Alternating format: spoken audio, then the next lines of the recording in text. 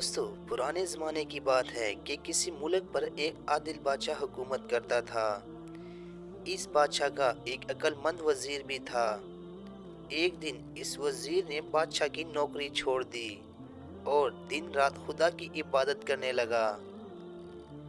एक दिन बादशाह ने अपने अमीरों से पूछा, हमारे वज़ीर आजकल क्या हाल में हैं? उन्होंने जवाब दिया, हजूर वो तो खुदा की इबादत में ऐसा गर्क रहता है कि हम लोगों से कभी मुलाकात ही नहीं होती। ये सुनकर बादशाह वजीर के पास गया और इससे पूछा, तुम्हें हमसे कौन सा ऐसा रंज पहुंचा कि तुमने हमारी नौकरी छोड़ दी? वजीर ने जवाब दिया, हजूर आपका कोई कसूर ना था। मैंने जो नौकरी छोड़ दी तो इसके 5 सबब हैं। पहला ये कि आप बैठे रहते थे और मैं आपके हजूर में खड़ा रहता था। अब मैं ऐसे खुदा की खिदमत करता हूँ जिसने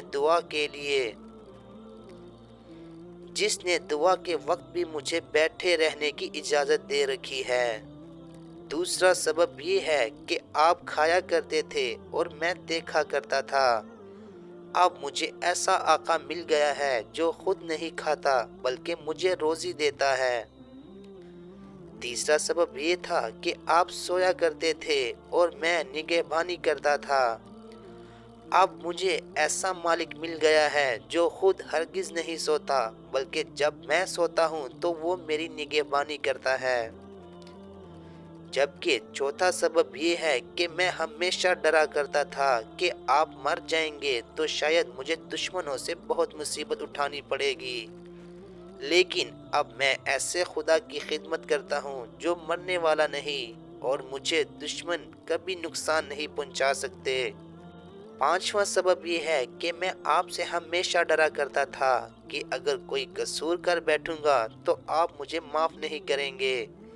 लेकिन जिसकी अब खिदमत करता हूँ वो ऐसा रहम करने वाला है कि अगर मैं रोज़ कई से गुनाह भी कर बैठूं तो सब माफ़ कर देता है। तो दोस्तों, इस अक्लमंद वज़ीर की कीमती बातों से मालूम हो गया कि खुदा पाक हम पर कैसा मेहरबान है। इसी ने हमको पैदा किया है, वही हमको मारने वाला है और वही हमारी हिफाजत करता है। हमें भी चाहिए कि इसकी बंदगी करें।